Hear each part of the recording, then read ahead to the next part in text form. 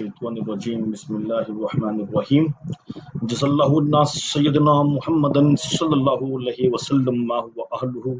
अस्सलामु अलैकुम मुअज़्ज़िज़ सामीन। आज फिर आपके सामने आपका होस्ट वकास अहमद हाजिर है। जैसा कि आप जानते हैं कि मेरे दो यूट्यूब चैनल्स हैं, ट्रू पैट्रियट और लहिंदा पंजाब सोहना पंजाब। सबसे पहले जिन दोस्तों ने अब तक ये मेरे दोनों चैनल सब्सक्राइब नहीं किए वो ये मेरे दोनों चैनल सब्सक्राइब करें ताकि मेरी वीडियोस आप तक टाइम पर पहुंचती रहें। तो आज की जो वीडियो है कमोडस के बारे में है। कमोडस एक साबका रूम का बादशाह है। कबल अज़ मसीह में इसकी बादशाहत गुजरी है। तो मैं आज आपको इसके बारे में मालूमात दूंगा और ये बताऊंगा कि इसका क्या ताल्लुक है आजकल के पाकिस्तान के हालात के साथ, 70 साल में पाकिस्तान के हालात के साथ। तो आपके लिए ये बड़ी ही दिलचस्प सनसनीखेज रुदाद होगी और आपने ये पूरी सुननी है, क्योंकि जब ये आप पूरी सुन लेंगे तो आपको पाकिस्तान का सियासी मंजरनामा समझ में आ जाएगा। तो मैं उम्मीद करूंगा कि आप ये पूरी सुनेंगे और एंड तक सुनेंगे। बहुत ही मालूमाती प्रोग्राम है आज का। तो ऐसी मालूमात कभी भी आपको पहले नहीं मिली होंगी जो आज आपको वकास अहमद दे रहा है। जी जनाब, ये हम बात कर रहे हैं जी राव मंजर हयात एक्सप्रेस न्यूज के कालम नगार राव मंजर हयात गुलाम गर्दिश के अनवान से ये कालम लिखते हैं जी। और ये इनका साबका कालम है कमोडस और सिलियंडर। ये लिखते हैं जी कि कमोडस रोमन हुकूमत का शहनशाह था। रूमी हुकूमत क्या थी, कितनी बड़ी अजीम और ताकतवर थी, इसका सिर्फ अंदाजा लगाया जा सकता है। पूरा अर्ज की अक्सरियत तूल अर्ज में रोमन शहनशाह की बादशाह थी। दारुल हुकूमत रोम हिरानकुंड तक खुशहाल और खूबसूरत शहर था। दुनिया में आफ्ताब 180 बीसी का जिक्र है। कमोडस हैरत अंगेज सलाहियतों का मालिक नौजवान था, जज्बाती था और अपने आप को खुदा का उतार गर्दानने वाला इंसान। तमाम शहनशाहों की तरह वो भी अपने आप को मफूकुल फितरत समझता था। ताकत का निजाम और रेशा दवानियां भी बिल्कुल वैसी ही थी। तो मोजिस सामीन, मैं पूरा कालम नहीं पढ़ूंगा, इसमें सीधा सीधा बातें आपको बताऊंगा, तो ये आप पढ़ सकते हैं। कमोडस हर हुक्मरान की तरह अना का मुजस्मा था। अवामी भलाई से कुछ खास शगफ नहीं था उसे। ताकतवर हलकों को बहरहाल उसे साथ रखना पड़ता था। 183 बीसी यानी हज़रत ईसा अलैहिस्सलाम से 183 साल पहले करीबी दोस्तों और अजीजों ने कमोडस को कत्ल करने की नाकाम कोशिश की। इसके बाद शहनशाह दिल बर्दाश्त सा हो गया। अपने मसाहिब खास सिलियंडर को बुलाया और तमाम अमूर सल्तनत उसके हवाले कर दिए।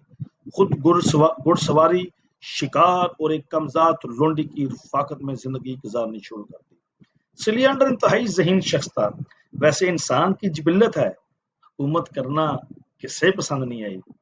चुनांचे अमली तौर पर दुनिया की अजीम तरीन सल्तनत का डिफेक्टिव हुक्मरान बन गया। बादशाह को हर वक्त बताता रहता था कि सल्तनत बिल्कुल ठीक चल रही है, लोग हद दर्जा मुतमिन और खुशहाल है। हर वक्त बादशाह की सेहत और दराजी उम्र की दुआएं मांगी जाती है। अमन, चैन और शांति का दौर दौरा है। सिलियंडर किसी किस्म का कोई हुकूमती मसला बादशाह तक पहुंचने नहीं देता था। अवामी तकलीफ या मसायब को बादशाह की नजर से ओझल रखता था। आस्ता आस्ता सिलियंडर ताकतवर तरीन शख्स बन गया। सबसे पहले तो अपने आप को अमीर बनाने की तगदो शुरू की। हुकूमती ओहदों की नीलामी होने लगी। ये गौर कीजिएगा, हज़रत ईसा अलैहिस्सलाम से 180 साल पहले की बात है कि उस वक्त भी हुकूमती ओहदे बिकते थे। जितनी बड़ी बोली लगती थी उतनी उसको सीटें मिलती थी, सेनेट की या जॉब जो भी कह लें आप। जो ज्यादा रिश्वत देता था वही उस मनसब का हकदार ठहराया जाता था। आपको ये सुनकर हैरानी होगी कि रोम में एक इंतहाई ताकतवर सेनेट भी थी। ये तमाम हुकूमी मामलों में शहनशाह की मुआवनत करती थी। कमोडस ने सेनेट में जाना भी तर्क कर दिया था। सिलियंडर ने सेनेट के अंदर भी खरीदो फरोख्त का काम शुरू कर दिया। जो पैसे देता था वो सेनेटर बन जाता था। वैसे मेरे ख्याल है कि पाकिस्तान की सेनेट और असम्बलियों में रोम की ये अदना रवायत भरपूर तरीके से राइज है। اب سلیانڈر روم کا امیر ترین انسان تھا، مگر اس سے اور پیسہ چاہیے تھا۔ دولت کمانے کا ایک نیا راستہ نکالا، اور وہ تھا گندم اور آٹے کی قلت کروانا اور تمام گندم اپنے ہاتھ میں لے لینا۔ جب روم میں قحط آئے تو گندم صرف اور صرف سلیانڈر کے پاس ہونی تھی۔ اس سے آگے دولت ہی دولت، منافع ہی منافع۔ سلیانڈر نے بالکل یہی کچھ کیا۔ جو بحری جہاز گندم لے کر روم آ رہے تھے، تمام سے گندم نکال کر وزیر مسوف کے امیر کے گوداموں میں محفوظ کر لی گئی۔ روم میں گندم کی چکیاں بند ہو گئیں، قحط پڑ گیا۔ لوگوں کو سب کچھ معلوم تھا، مگر کموڈس کو بالکل پتہ نہیں تھا۔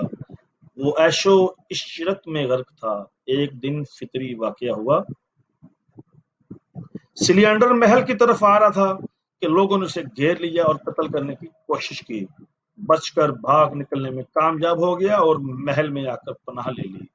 لوگوں نے اس کے خلاف نعرے لگا لگا کر سامان سر پر اٹھا لیا۔ ہر طرف ادھم مچ گیا۔ کموڈس کو شور سنائی دیا تو اٹھ کر محل کی بالکونی میں کھڑا ہو گیا۔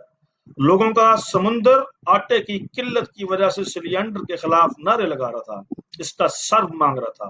کموڈس ششدر رہ گیا، اسے غذا کی قلت کا کچھ پتہ نہیں تھا۔ خیر سلیانڈر کو بلایا، پوچھ گچھ ہوئی، اس نے قسمیں اٹھانی شروع کر دی کہ یہ معمولی سا مسئلہ ہے، تھوڑے عرصے میں ٹھیک ہو جائے گا، بلکہ یہ شہنشاہ کے مخالفین کی ایک سازش ہے۔ کموڈس نے معمولی سی تفتیش کی تو سچائی سامنے آ گئی۔ روم میں سلیانڈر کے ذاتی گودام گندم سے بھرے ہوئے تھے، مگر سرکاری گودام بالکل خالی تھے۔ کموڈس بہرحال ایک شہنشاہ تھا، ہرگز بیوقوف نہ تھا، حکومت کے آداب سے واقف تھا۔ سلیانڈر کو سب کے سامنے خود خنجر سے قتل کر دیا۔ اس کے بعد اس نے تمام حکومتی معاملات مرتے دم تک اپنے پاس رکھے۔ یہ سب کوئی قصہ کہانی نہیں ہے معزز سامعین، بلکہ ایک بادشاہ اور اس کے لالچی وزیر کی اصل حکایت ہے۔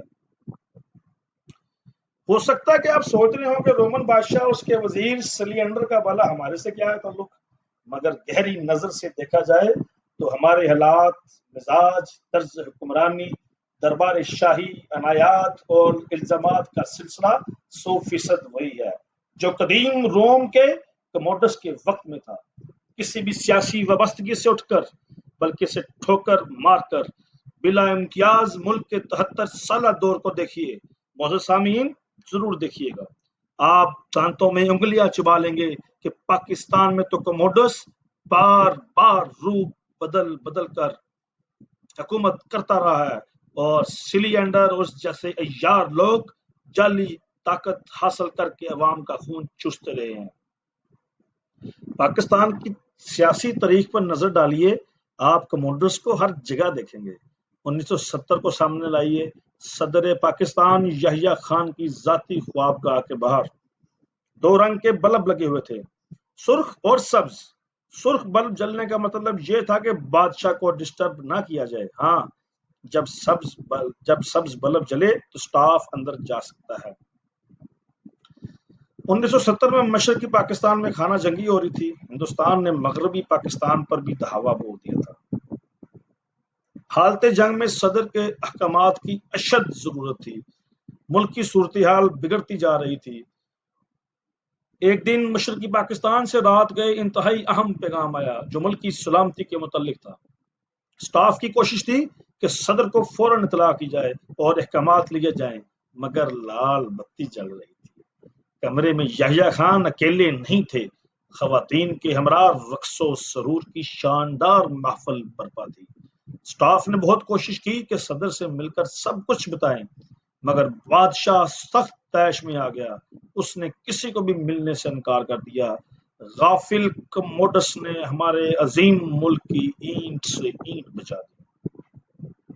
تاریخی واقعات میں الجھنا نہیں چاہتا، پرویز مشرف کہ ہمہ وقت وزیر با تدبیر کی تباہ کاریوں سے دل برداشتہ نہیں کرنا چاہتا، صرف 5 برس پہلے کا ایک آنکھوں دیکھا واقعہ عرض کرتا ہوں۔